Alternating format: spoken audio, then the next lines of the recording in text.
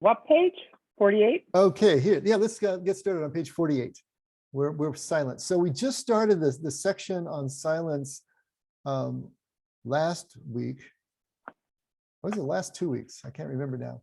We went through our wordy world, and remember this book is in 3 sections. The first section was solitude, and we've just started the second section on silence, and the third section is on prayer. So that's the logic of it. So we're going to go through and talk about silence tonight, only we're not going to be silent while we do it. So anybody have any introductory comments they want to make? I know Julie has a lot to say tonight, so we're going to have to keep Julie quiet as much as possible.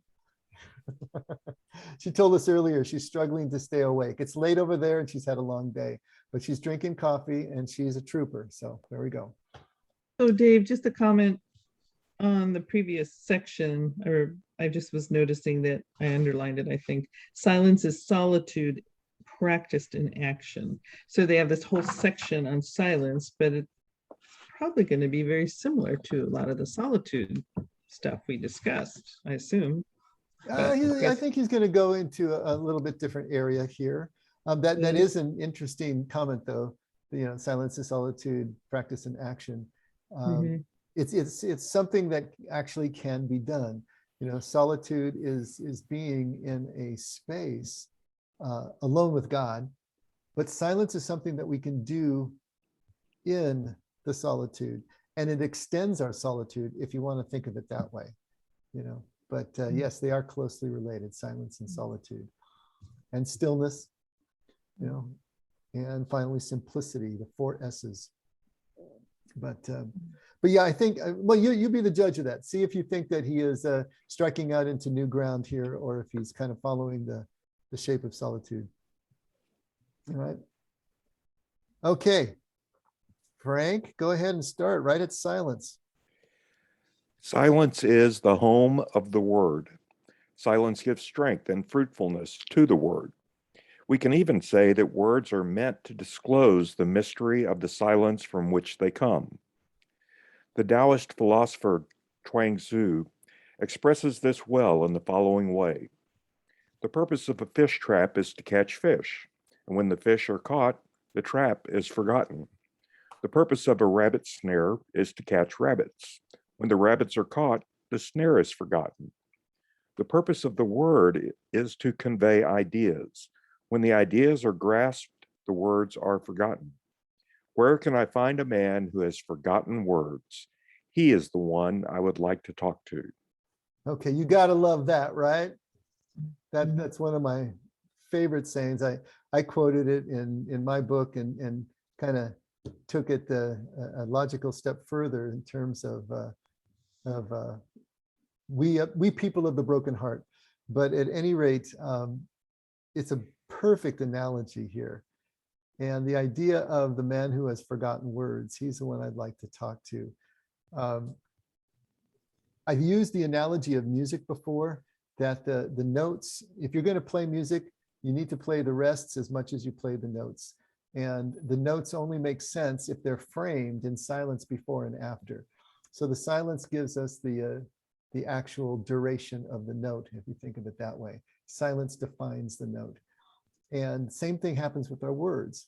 Our silence defines the words, but not only that, if our words come out of silence and return to silence, that is, if we are really silent interiorly, and our words can come out of that silence, then they're going to have a whole different character to them. There's going to be a whole different shape to them. We talked about, if you're listening to somebody, if you're in a conversation, are you listening or are you waiting to respond? Are you listening or are you forming your reply? That means that your words are not going to be coming out of silence. Your words are going to be coming out of a constant spin cycle in your head. And so this idea, silence is the home of the word. Silence gives strength and fruitfulness to the word. We can even say that words are meant to disclose the mystery of the silence from which they come. You know, I think that's absolutely true. The trouble with us in our culture is that we're never silent. You know, we are actually afraid of silence. We are uncomfortable in silence. And so we're always keeping the noise going, and the words have no place to come from or to go to. They're just a product of that constant noise. So to get into silence is different. This idea of man who has forgotten words because he's grasped the concept, and can let the word go. Same thing with God. Our theology is only necessary to get us into the ballpark. It's necessary to get us into proximity with God. But once we've experienced God, do we really need the theology anymore? If we've really experienced God, if we've absorbed him, if we've assimilated him the way Jesus talks about in communion, how much do we need the theology anymore? It's an interesting question. But this metaphor for breaking our identification with the egoic mind, with that part of us that always has to think in terms of definitions and words and judgments and all of that, to be able to pull back from that, to pull back from the compulsion to speak, to pull back into a place of humility, an identification with silence and the unity of silence, rather than constantly with the mind that is trying to differentiate itself, trying to stand head and shoulders above the group, because that's how we survive, that's how we gain advantage, and to move into a different place and a different relationship with everyone and everything around us is all part of this move into silence and getting to the place where we've forgotten words. Any comments? Did I say it all? Yes, makes sense. Okay, go ahead, Frank. I would like to talk to the man who has forgotten words. That could have been said by one of the Desert Fathers. For them, the word is the instrument of the present world, and silence is the mystery of the future world. Okay, just a second here. Future world, that kind of hit me a little strange. The Jews call the world, the future world, olam haba. It means the world to come. And we're talking about the afterlife. We're talking about the next world after this physical world. And so he calls it the future world as opposed to the present world. So just so we're on the same page with what he's talking about here, it was just a little different way of putting it to Western ears, but it really does follow the Jewish idea of olam haba, the world to come. Okay. If a word is to bear fruit, it must be spoken from the future world into the present world. The Desert Fathers therefore considered their going into the silence of the desert to be a first step into the future world. From that world, their words could bear fruit, because there they could be filled with the power of God's silence. So it's kind of a continuation of what we were just talking about. So the future world, the spiritual world, that other dimension, that place of silence and greater depth. So going into the silence of the desert is a step into that world. And I kind of likened it to fishing. You go fishing, you're at the surface of the water, you're sitting in your boat, you're sitting on the shore, and you drop the line and the hook into the water. You can't see where it goes, but at some point you get to pull up a fish, right? Out of those unknown depths, you pull up a fish. Kind of same thing here. We can go fishing into the future world in the silence and solitude and the stillness of our contemplative practice. And we can pull up words that actually have relevance and something to say if we spend time, close to that world and moving into that world. It's like the professor that I had in college for literature and creative writing. And I think I've told you all this before, but he said a writer isn't someone who just writes words. A writer is someone who sees connections that others miss and therefore has something to write about. I always loved that. Step with me, to see those connections, to spend time on the liminal threshold that allows us to see both worlds and therefore have something to say. I mean, are we just chattering here, or do we really have something to say? That's going to be the issue. And what the Desert Fathers were about is they spoke very little. They spoke very briefly. You know, their sayings were concise and short, but they packed a lot of punch because they spent so much time fishing in the future world, if you want to use that analogy. Something to say.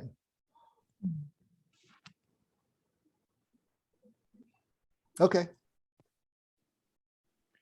In the sayings of the Desert Fathers, we can distinguish three aspects of silence. All of them deepen and strengthen the central idea that silence is the mystery of the future world.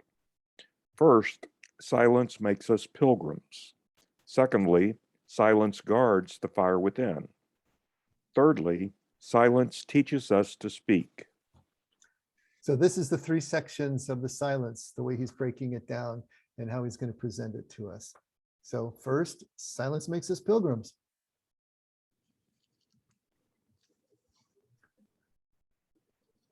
Go ahead, Frank. Okay. Abba Tithos once said, pilgrimage means that a man should control his tongue. The expression to be on pilgrimage is to be silent. And I'm not trying that next part. Peregrinatio et statiere. Nice. There you go. That Expresses the conviction of the Desert Fathers that silence is the best anticipation of the future world. The most frequent argument for silence is simply that words lead to sin. Not speaking, therefore, is the most obvious way to stay away from sin. This connection is clearly expressed by the Apostle James. Every one of us does something wrong over and over again. The only man who could reach perfection would be someone who never said anything wrong. He would be able to control every part of himself. Do you remember that famous section in James that we read? You know, he's talking about the tongue, and the tongue is like the rudder of a ship, this small little organ, but it moves the whole ship. Or he likens it to a wildfire, you know, one tiny little spark and it creates this huge fire. And so the tongue, as small as it is, has a huge and out of proportion effect. And that effect can be really damaging and typically is if it's overused. And so that idea of refraining from speaking, or at least speaking too much, staying silent as much as you can, because speaking, especially speaking a lot, tends to get us into trouble. Have any of you ever experienced that? There was this one, there's this one great saying that often, in fact, it may have come from one of the Desert Fathers now I think about it. He said, I've often regretted of having spoken, but never of remaining silent. You know, he's going to say later on that, you know, that sense when you walk away from a conversation, you just have that uneasy feeling like you kind of talk too much, you know, it really didn't help the situation or whatever. And so a lot of that has to do with this. Now, there's going to be a lot of emphasis on sin in the next few paragraphs. And let's remember that sin is not just unlawfulness. We're not just talking about being unlawful here. Sin is separation. Sin is the degradation of relationship. And so if we're thinking of it that way, you know, how much can our speech do that? Separate us from one another. It happens in the news all the time, every day.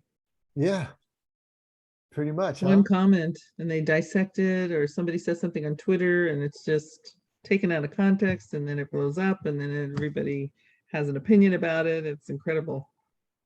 Yeah. I mean, it's got to cartoon proportions now in our culture, especially in social media. And you find, you know, that someone just tweets one little line and their whole life goes right down the tubes. They're fired from their job. They're ostracized by people that used to love them or thought they did, and on and on and on. It's just amazing. In a cancel culture like we've got now, you got to guard everything that you say. But that's even beyond what we're talking about here. We're just talking about impersonal relationships, you know, that speech can be very damaging, especially if it's not guarded and especially if it's so profuse.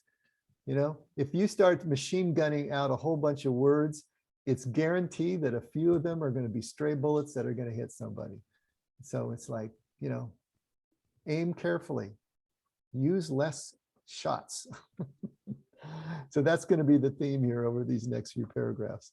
But I just wanted to see if we can recast where you see the word sin, not just all these rules and thou shalt nots and lawfulness, but think of it in terms of separation of relationships, division within relationships. And I think it'll make more sense. Okay, go ahead, Frank. James leaves very little doubt that speaking without sinning is very difficult, and that if we want to remain untouched by the sins of the world on our journey to our eternal home, silence is the safest way. Thus, silence became one of the central disciplines of the spiritual life. Saint Benedict, the father of the monastic life in the West and the patron saint of Europe, puts great emphasis on silence in his rule. He quotes the psalmist who says, "I will keep a muzzle on my mouth. I will watch how I behave and not let my tongue lead me into sin." Psalm 39:1. Saint Benedict not only warns his brothers against evil talk, but also tells them to avoid good, holy, edifying words, because, as it is written in the book of Proverbs, a flood of words is never without its faults.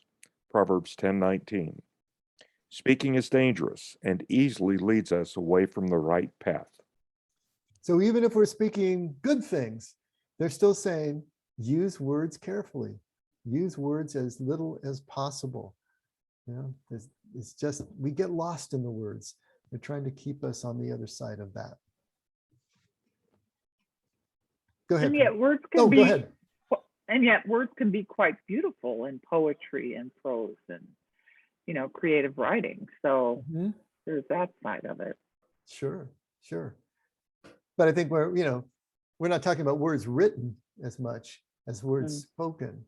Spoken, yeah. Yeah, in conversation and not, not speech writing and that kind of thing, but it's more conversation, and even in prayer. I mean, Jesus tells us this, when you're praying, don't use a lot of words. It's unnecessary.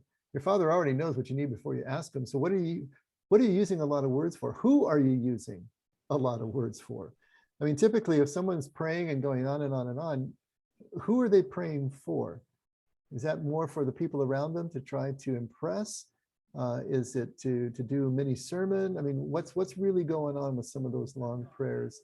And is that something that is edifying, or is it something that's more ego driven? I mean, that's I think a lot of where they're going with this. Even though you may be speaking quote unquote holy words, are they really helping? Is it necessary?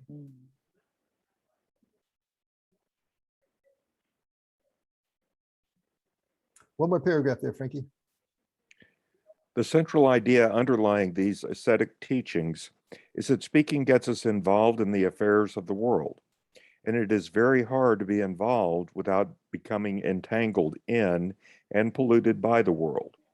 The Desert Fathers and all who followed in their footsteps knew that every conversation tended to interest them in this world, to make them in heart less of strangers here and more of citizens. Okay, now this paragraph, I wanted to kick around a little bit. How does it sound to you? Basically, they're saying that every conversation tend to interest them more in this world, the present world, right? The physical world. To make them in heart less of strangers here. In other words, the idea is that we are really citizens of the future world and we're just here for a time. And so we should be thinking of ourselves as visitors or strangers, and yet lots of conversation, lots of talk makes us more of citizens here in this world, which they saw as a detriment. How do you feel about that? Any thoughts about that?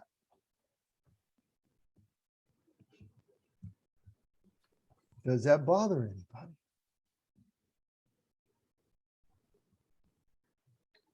Well, you cannot say that. You could not say anything and just gloss over what's going on in front of you in the world. But didn't somebody also make a comment that if you focus too much on the future, then you're not really being present to the current world you're in. So I don't know if that's what the intention is, what they mean, but But you're making a good point there, Kathy, because we've talked about that. We should be focused on the present and the present moment rather than outcomes or things that are remote. And Kathy, that's pretty much what I was going to say as well, is if the intention of in that paragraph is to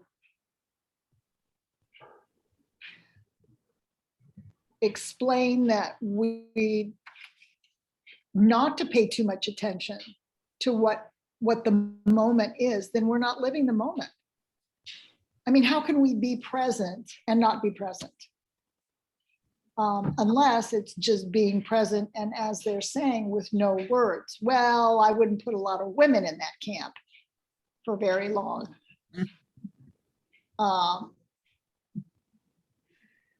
So I don't know. Maybe I'm not getting it.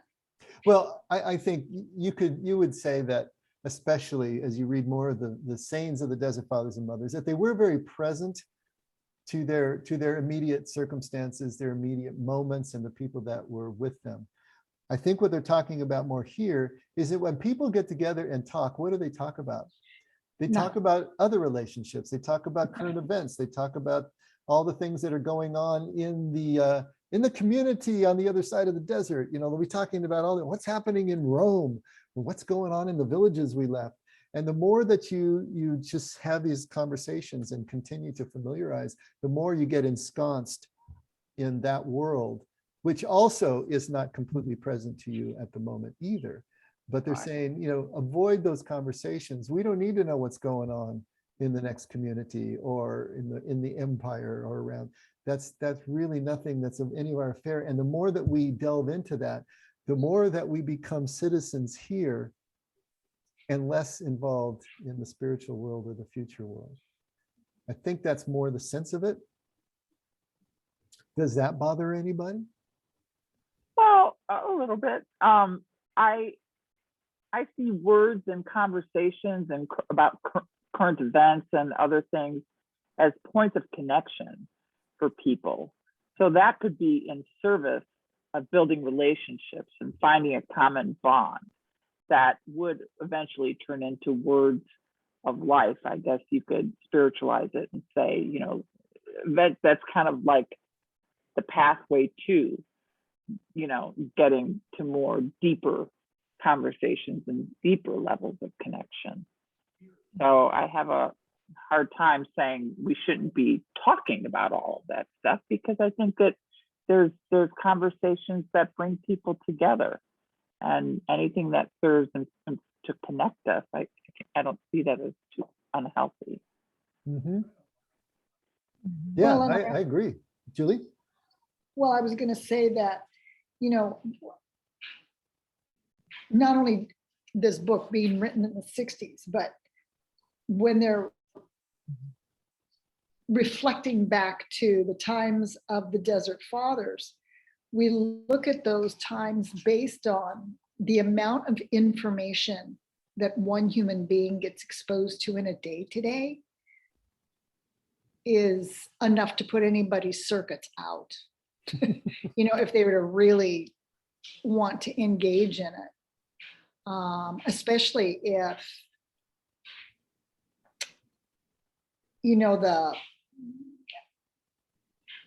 the differences that we're living in right now, that we're seeing just in our United States, at what point we look at that, and they're not talking globally, but we have a global impact, just totally different. And so it just, perhaps my point is even how much more important it is to guard your mind, guard your words, and go back to the understanding of what's being shared here in this paragraph. Because in light of what's going on today, people are so wigged out that it's like they're walking around just completely zoned. Or at least that's my perspective. You know, and I'm thinking, gosh, it's they're not engaging. They're very, very afraid. You know, just all the crazy stuff that's going on. And therefore, just the kindness of, you know, sharing the grocery store line, being in line, or a cordial hello or something of that nature, I'm just seeing a shutdown. And it's not even bad here in Tennessee. We don't have a lot of the same pressures. You know, I can go anywhere without a mask. I can eat anywhere without any kind of certificate. You know, I'm not getting papered. And so it makes me wonder, you know, that's a lot of pressure in a very short period of time for people to try to grasp.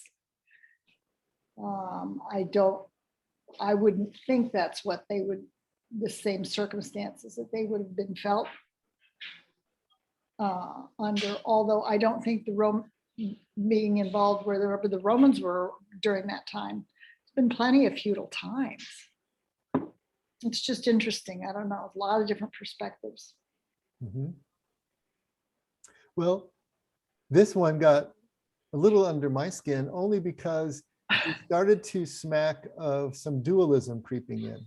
You know, the big separation between this world and the next world. To be closer to God was to be further away from this world. And that's a typical, you know, Western Christian Greek reaction, because Greek philosophy is so dualistic. But the Hebrews didn't look at it that way. To be closer to God was to be immersed and involved in this world, not pulled out of it. On the other hand, what they're saying here is also true, that we can get so involved in the gossip, we can get so involved in all the happenings around us that it really does take our eyes off the prize. And so I think it's just a question of degree. I think the principle is okay, but the idea of becoming entangled in and polluted by the world, if we're talking about maybe the political system and the world system, yeah, that can be kind of polluting, I suppose. But there is so much good and so much beauty in this world that we don't want to lose. And Danielle's point is exactly what I was thinking as well. You know, there is an art to small talk, and there's a reason for small talk. There's a reason for talking about things that maybe don't necessarily have any real lasting, you know, value, but it's just connective. It's a way of establishing a common bond with someone. And so that is also valuable. And so I think where we're going here is moderation. You know, we want to strike that middle ground. It's not that we're going to draw the line so brightly and completely that we need to completely stay out of this world in order to be close to God.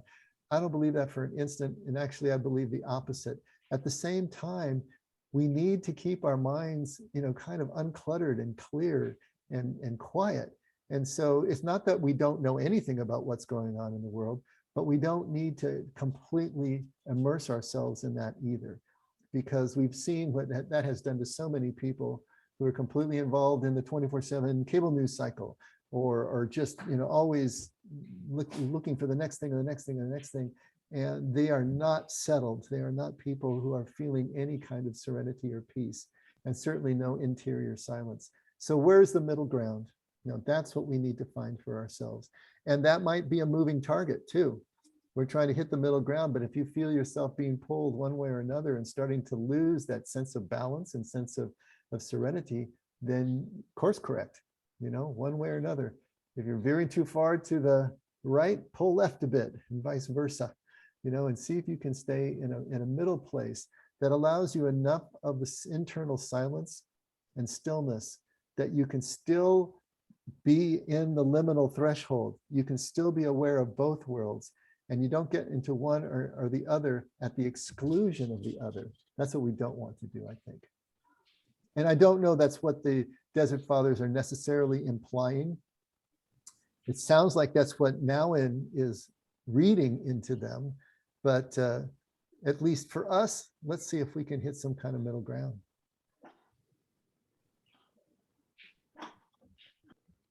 Make sense? Okay, so we have critiqued Nouwen. He's not always right. Desert Fathers, not always right, right?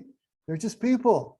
We're trying to learn from them. We don't want them so far up on a pedestal that we can't critique them. That's the liminal space, right? Okay. Go ahead, Frank. This might sound too unworldly to us, but let us at least recognize how often we come out of a conversation, a discussion, a social gathering, or a business meeting with a bad taste in our mouth. How seldom have long talks proved to be good and fruitful? Hold on just But for a not- second there. I know I cut you off at a weird place, but I was just thinking, yeah, this paragraph is where Nouwen is actually going to start to pull himself back a little bit and put himself into a place of moderation. How seldom have long talks proved to be good and fruitful? I had a monk that taught me in high school who said that any conversation you have about anything that is, pretty intense should never last more than 45 minutes. After 45 minutes, you're going into negative returns and you should just shut up. I always thought that was kind of interesting. 45 minutes was his time limit, and he held to it too. I don't know that 45 minutes is a hard and fast rule, but I think it's a pretty good thing to keep in mind. I think sometimes these talks that go on for 2 or 3 hours, it's just way too long, and you haven't done anything more positive after you hit the 45-minute mark. But anyway, Wow, what about those marriage retreats that go on for like a whole weekend? It could be scary. well, hopefully that's a series of Yeah, conversations. hopefully there's a lot of breaks. Yeah, yeah, exactly. But yeah, some of those retreats have felt like an eternity to me. I don't know. But any rate, it's a good thing to keep in mind. Why do you think that therapeutic sessions are 50 minutes, right? I think there's a reason for that. There's a reason that it's kept to a certain time frame. And so it's just something to keep in mind. Okay, go ahead, Frank. Would not many, if not most of the words we use would not many, if not most of the words we use be better left unspoken? We speak about the events of the world, but how often do we really change them for the better? We speak about people and their ways, but how often do our words do them or us any good? We speak about our ideas and feelings as if everyone were interested in them, but how often do we really feel understood? We speak a great deal about God and religion, but how often does it bring us or others real insight? Words often leave us with a sense of inner defeat. They can even create a sense of numbness and a feeling of being bogged down in swampy ground. Often they leave us in a slight depression or in a fog that clouds the window of our mind. In short, words can give us the feeling of having stopped too long at one of the little villages that we pass on our journey, of having been motivated more by curiosity than by service. Words often make us forget that we are pilgrims, called to invite others to join us on the journey. Peregrinatio est tacere. To be silent keeps us pilgrims. So have any of you had that experience where you walk away from a conversation or a gathering or something and you just have that uneasy feeling? It just doesn't feel good. It feels like you went into negative returns at some point. I mean, I know I have. And whenever that happens, I just remember that I probably said too much. I probably said some things that maybe weren't taken right or didn't hit the mark or were misconstrued. I don't know, just that uneasy feeling. He talks about it leaving us in a slight depression or in a fog that clouds the window of our mind. I know what he's talking about there. And every time that happens to me, I make another mental note and another promise to myself that I'm not going to talk so much, next time, because it often gets me into trouble.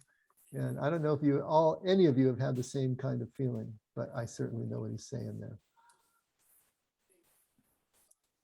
And also, I don't know about, go ahead, who was talking? I was just going to say, I mean, just a funny, silly thing, but I have a couple of girlfriends that I get together with on semi-regular basis, and there's 5 of us, and we usually spend close to 5 hours together.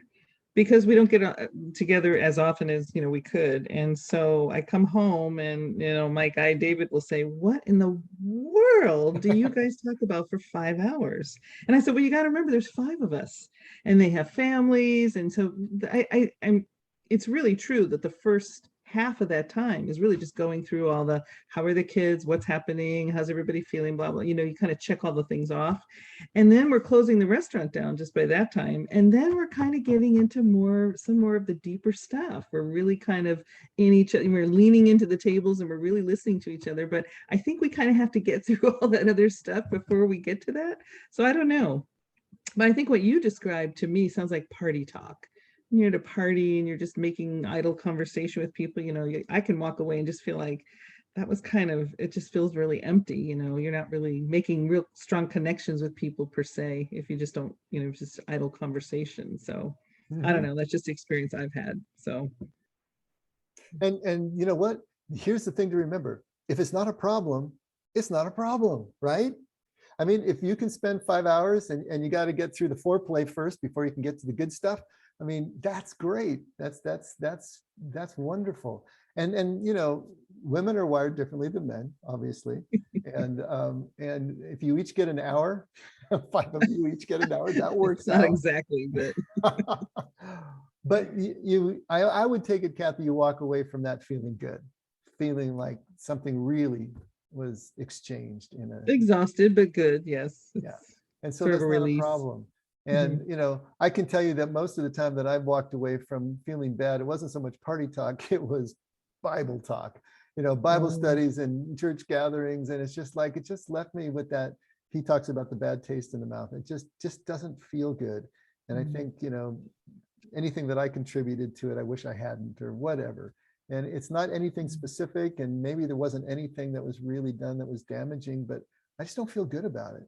And yet others where I've sat, sometimes I've sat with someone and 2 hours went by without me even realizing. It felt like an hour 15 and it's been 2 hours, and we could probably go another hour that easily.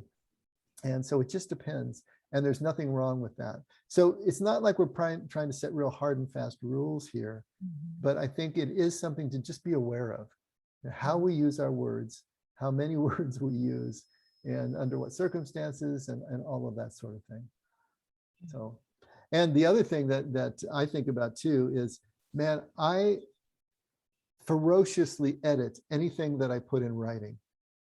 And if it's something that I think is controversial, I won't put it in writing. I will talk to the person about it, and I won't even leave it on a voicemail, because things can get so misconstrued. So when I send a text, man, I read that thing 3 times, I kid you not. And I make sure that everything is as clear as it can possibly. An email, and especially a social media post, I mean, I really, really edit those things. And I can't tell you how many times I've written 2 or 3 inches in a text, and I read that thing, and I just take the whole thing out, and I say, hi, happy Thursday. That's all that really needed to be said. What was all that other junk about? But I guess I had to get it out on my own and see it in print before I could realize, no, this doesn't need to be there. This doesn't need to communicate it. And so in terms of write things that are in print or even recorded on email, on voicemail, I just really do a lot of internal editing. And I do the same thing in my speech sometimes when I'm having a conversation. I'm thinking of the thing I want to say. Should I really say that? Is this going to help? And then I'll just stop, decide to stay silent. So there's a lot of internal editing that's going on with me now. And I've had to learn that from really hard experience and hard knocks, getting my head handed to me by something that either I didn't mean or I did mean, and I didn't realize who I was talking to when I said it, and so on and so forth. So it's just another thing to awareness. It's all about awareness, right? Being aware of who you're talking to, what you're saying, what the context is. And if this thing out of your mouth, this next thing out of your mouth is really going to help the situation, bring relationships closer together, or could it possibly do the opposite?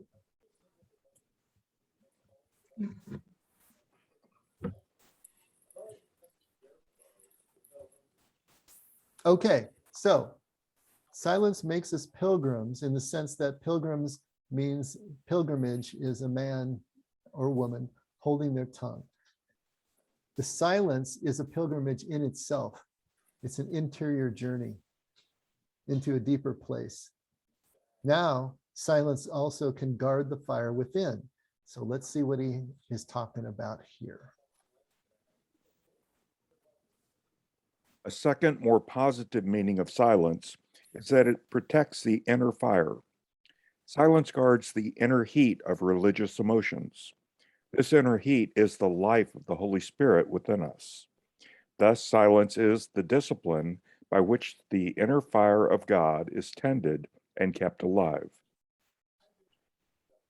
Didakos of Photiki How about offers us, Diaticus of Photiki? absolutely, Yeah, there you go. offers us a very concrete image. When the door of the steam bath is continually left open, the heat inside rapidly escapes through it.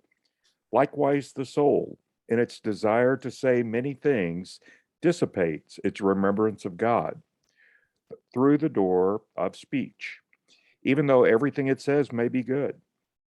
Thereafter, the intellect, though lacking appropriate ideas, pours out a welter of confused thoughts to anyone it meets, as it no longer has the Holy Spirit to keep its understanding free from fantasy.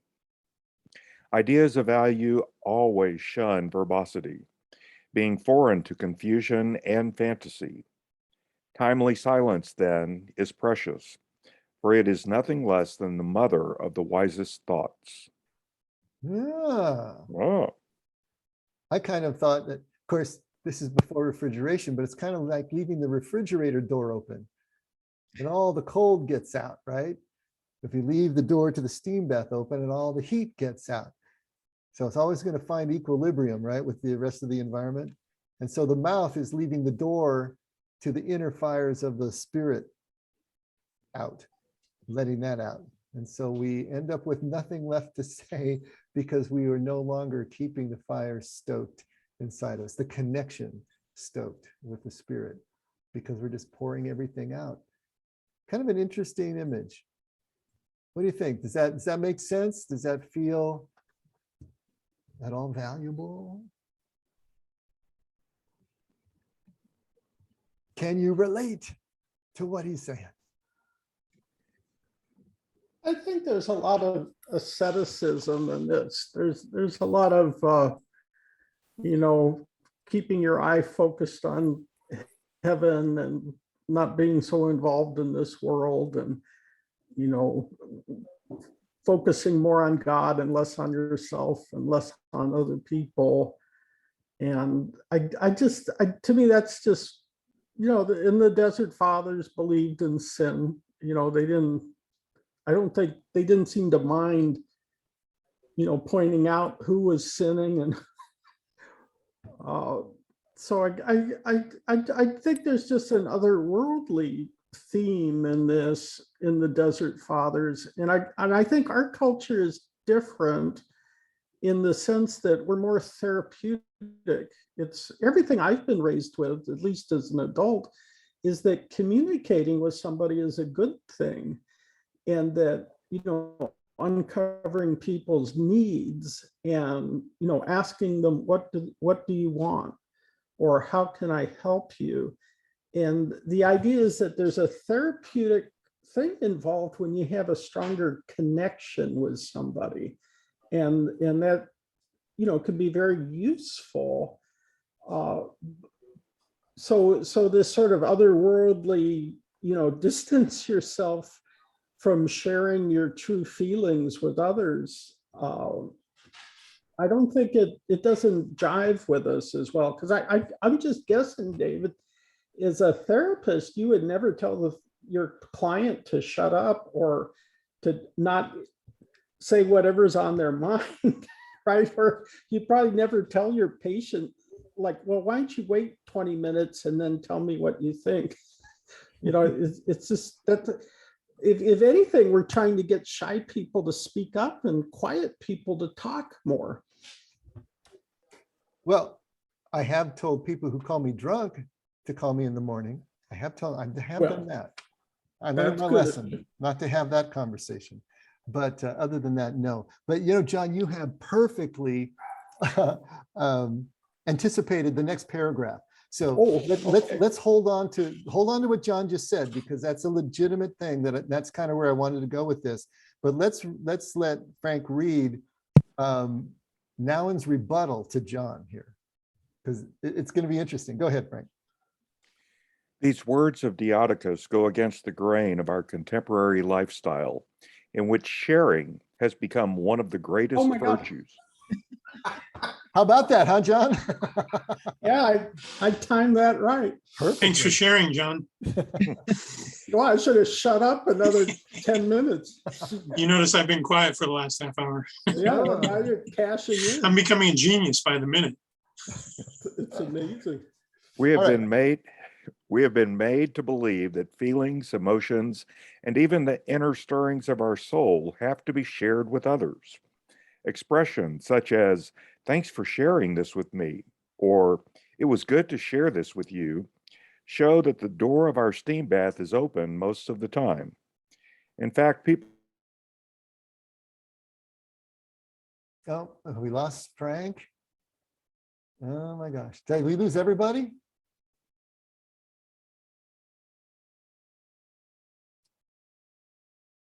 Okay. Welcome back. Okay, you're back. Okay. So was it just I that cut out? Yes. Okay.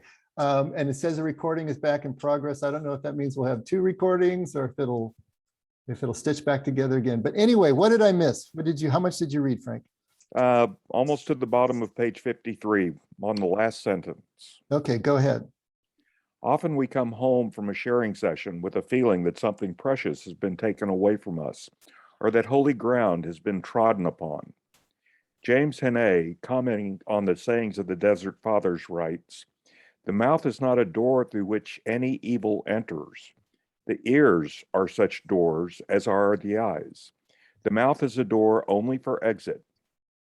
What was it that they, the Desert Fathers, feared to let go out? What was it? What was it which someone might steal out of their hearts, as a thief takes a steed from the stable when the door is left open? It can have been nothing else than the force of religious emotions.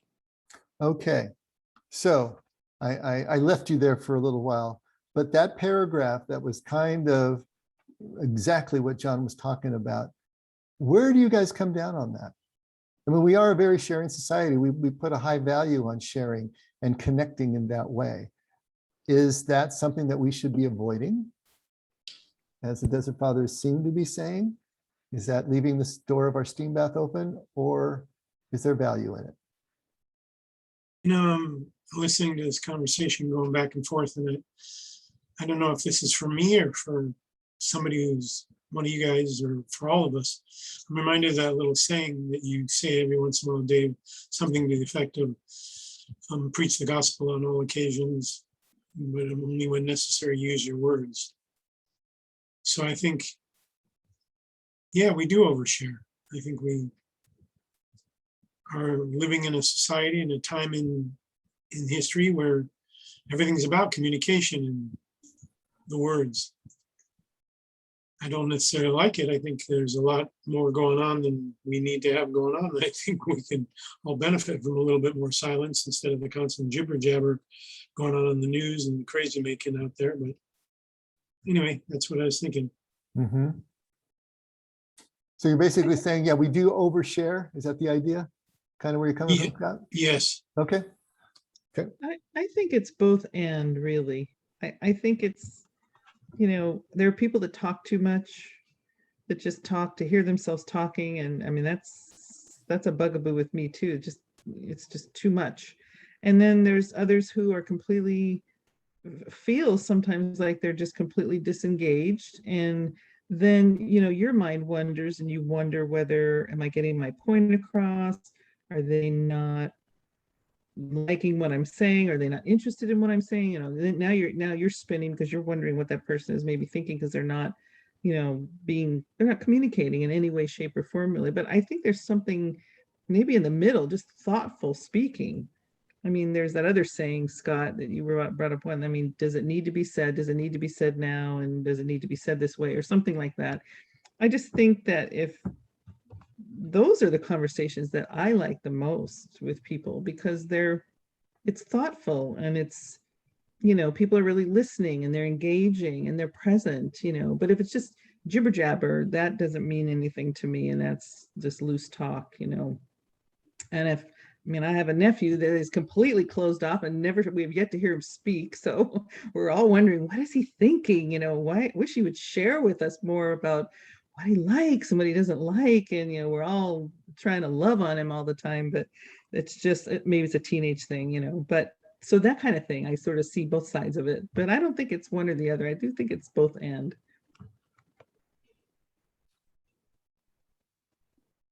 I'm reflecting on my husband and my approach to Facebook. He'll do 5 posts a day, and I'll do maybe 1, maybe 2 a month. And but for him, he's got a Facebook community that's a source of connections. So that's in service for him of connection. And for me, it doesn't feel that way. I mean, there is a sense of connection, but I'm also super mindful now of what I post. And ever since, I'll just say within the last recent year or so. So I think it's individual in terms of how much is too much and whether it's effective, whether or not, I don't know. Some might see me. I'm not an oversharer with people, but when I get together, I know how to have meaningful connections with people, whether they're friends or people that I don't know, like in the park. But I have judgments about my husband in terms of how he, my judgment is that he overshares sometimes. But for some people, that it's a form of his connection. So, I'm just like, well, good for him. And he helps people too in the midst, as long as they're not talking about politics that differ from him. So I think it depends. There's no hard, fast rule. But I know for me, as I age, that I'm becoming more mindful of what I share and who I share with. Mhm. And William's not here to defend this, but in the whole case of the Enneagram, I do think people are different individually, just their style of what they like and how they receive information, how they show up for the world, kind of a thing. So I think some different numbers that people are different in the way they receive information and share too. So it's a lot of what you said, Danielle. It's a lot of individual kind of, choices that people make. That's where I find myself, I guess, just differing with him in that I've never left a meeting where I felt worse after sharing or communicating with people. But I go into those meetings with a slightly different perspective. I always tell myself that everybody's worth listening to. It's just that, some people are that you listen to their story and it reminds you never to do that or to not follow their advice. And other people, you hear their story and you get something useful from it. So I find even people who share too much, I find myself learning something from that. And also, I'm not listening to just words when I listen to people. I'm also looking at body language. I'm looking at expressions. So if I was talking to your team, for example, Kathy, I might mention 3 different ice cream flavors and then just look at what happens with his face. To see if there's some little inkling of something. And also when I'm listening to people, I'm not just listening to that person and their body language. I'm also looking at the other people in the room. And sometimes, if I'm really in it deep, I'm listening, I'm feeling the room and I'm feeling a certain wave coming over me. And so the idea of an unproductive listening session is very far from where I am right now. So I don't know if I was responding to him, Dave, I think I might, feed back like 4 or 5 strategies he might use to make those sharing sessions more palatable to him. So, Of course, he's not really talking so much about listening as he is about speaking here, you know. that's true. Yeah, That's and true. really that, listening is silence if we're actually listening. The way you were talking about it, that's active listening. That's good listening. If we're just waiting to speak, that's not really listening. But listening is always good. It's the sharing part. Now, obviously, if someone is sharing, somebody is speaking. And what he's talking about is, yes, how do we, in a culture like this, we're going to look at something like the Desert Fathers, the asceticism of the Desert Fathers, and it's just going to seem like it's coming from Mars. Are you kidding me? I mean, our values have so changed where the word is everything and sharing is everything. And we have to make ourselves heard and we have to be understood and people have to, know our truth. And we get a lot of validation from people knowing our truth and somehow validating us. And so that's come part of our culture as well. And so I think, what he's also going for is that we're finding our validation or our identity in the approval of others or the validation of others, then we're also losing our way here. And so again, it's about sharing. But I'm like you, John. I love hearing people's stories. Yes, like Kathy, I can get tired of someone who has said the same thing 4 different ways. And so yes, there's kind of both. But when I walk away from a conversation or a gathering and feel bad, it's not from what I listened to, it's from what I said. That is really what gets me. It's not the listening part. So again, how do we find the moderation? I think obviously sharing is important and being able to communicate with each other. And we are giving someone a huge gift when we just listen to them. And they know that they've been heard. That's a huge gift. And so, yes, we don't want to take that away. But I think, again, to be aware of our words, to be aware of how we use them, how much we use them, and to find that moderate space, that liminal space in the middle, that's important. And so if I can say that, yes, for me and my sensibilities, this goes too far, to completely want to go to that side. I want to be somewhere in the middle, but I also know when I've gone too far on the sharing side, and I want to pull that back as well and hit something. So yes, Kathy, it is a both and. Absolutely, it's a both and. And we want to just steer down the middle. And I think if this does nothing but make us a little more aware of our own verbosity as a culture and as individuals, maybe that can help us to steer that middle course. And I think there is something to that guarding of the inner fire. It stays hotter when it stays within. If we're always just blowing all this stuff out, it can't help but just dilute things. And I think that's maybe dilution is a better way to look at it. Everything just gets diluted. And so yeah, No, I think. I just, Go ahead. I know we're going to wrap up, but I mean, I've stood in a grocery line before, and someone will just start talking to me about something really personal, and I find that amazing that they would do that. And I just think to myself, that person really wants to share this with somebody. I'm not really the right person for them to share this with, but they feel open enough to do it.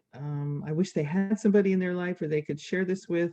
It's probably really sensitive information they just gave me that I don't really need to know. And I'm pleasant and I'm polite about it, but there's nothing I can really do with it other than just, acknowledge them and such. But I just find that interesting. And that's an interesting kind of share that I would not expect necessarily, but it does happen on occasion. So there are people out there that want to share stuff really badly with anybody who might listen to them, I suppose. I could see that, Kathy. If I was really depressed and in line, I might tell you, but I would never tell Scott. I was gonna say Maybe I the just same look thing. nice or something. I was pleasant gonna say enough the to same look- thing though, Kathy. You're so approachable. You're just so friendly. It feels safe, you know? But it also is a really sad indictment on our society of how isolated we've become, right? Yeah. I mean, that is really sad that you're right, that they don't have someone more appropriate to be able to tell this level of intimacy and share this Yeah. level of intimacy with. But for all our connection electronically and technology and everything else, we've become really isolated. And it shows in places like that. So, and yeah, and the best thing you can do is give them the gift of your listening, and hopefully you don't have to stand there for half an hour in order No. to do it. But you know, it's striking somewhere in the middle. And this is the other thing. None of this that the Desert Fathers are giving us, or these principles are giving us, should be taken by us as absolute law or rules to obey or follow. Because at every given time, we should be bringing our whole presence into every encounter and every moment, and just discerning in that moment what love really requires. Maybe it does require us a lot of words from us. Maybe it does require a lot of sharing and listening. And maybe it requires us to be silent. And we're never going to know what to do unless we're really present and aware and seeing what's going on in that moment. It's the only way that we can have any kind of chance of making a good judgment, a good call, a good choice to leave people better than we found them. But so that's really, we can take these as principles and use them as guidelines, but the ultimate test is going to be situational, in the moment. What does the moment require? What does love require? And then to the best of your ability, do that. So, all righty. Yeah, we're right at time. That's good. Good place to stop. So thanks. And we had a small group, but we got some stuff done. And Frank, you got to read more than I think you ever have. So very nice. Very nice. Yeah, good job. All right, Scotty, could you close us in prayer, buddy? Sure. Father, you know our hearts when we show up to these Zoom conferences and meetings to come together to encourage each other and learn more about you and what you did, Lord Jesus, for us, and how it affects the people in our lives, and how we can have better quality lives and better interactions.